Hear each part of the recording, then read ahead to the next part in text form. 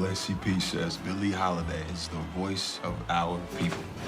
I have to say we love, a hometown connection.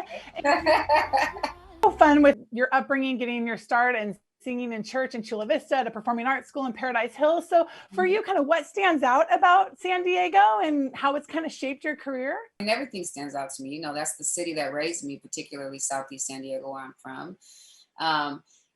So it's, the music, you know what I mean? The food, because we love a good taco shop, you know what I mean? So, and then going to this performing arts school, SCPA, the School for Creative and Performing Arts, it's in Southeast San Diego. And it's definitely in an area where, we definitely have gang culture, but these people who are looked at as just, they're dangerous and they're gangs and they're in my English class, you know what I mean? They're in my, photography class or whatever, that we're doing at the time. So I think this school was situated in such a place to really allow kids that attended there to see like, there's other options, you know what I mean? And so I'm very moved by the arts education and the experience that I had at SCPA, because it changed a lot of people's lives. I think those instructors did. I think we should integrate the audience with this show. Let's change it up a little bit. Blacks and whites sitting together. You've been accomplished so much as a musician, but this is your film debut. Yeah.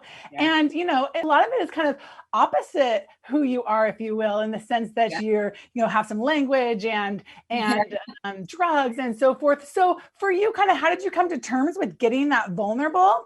And have you prepped your family? I did prep them actually in the beginning. To come to terms with it, it wasn't something I had a piece about doing this role, you know what I mean? And what deterred me in the beginning wasn't that it was that the cussing or that she or her exploits with men or women, or none of that deterred me, you know what I mean? Her sexuality, that didn't deter me. What deterred me is that I wasn't an actress and I didn't want to be terrible, I want you would stop saying that. Stop saying that. Well, okay.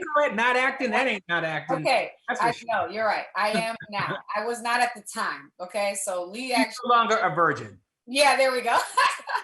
So my reservations were really, I am much different from her in that regard.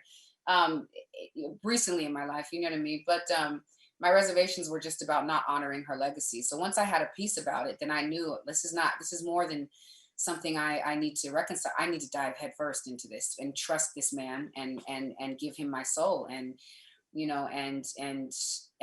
let this character live and breathe with my soul. And that's what we did. So, my reservations only came from the idea of not being good enough.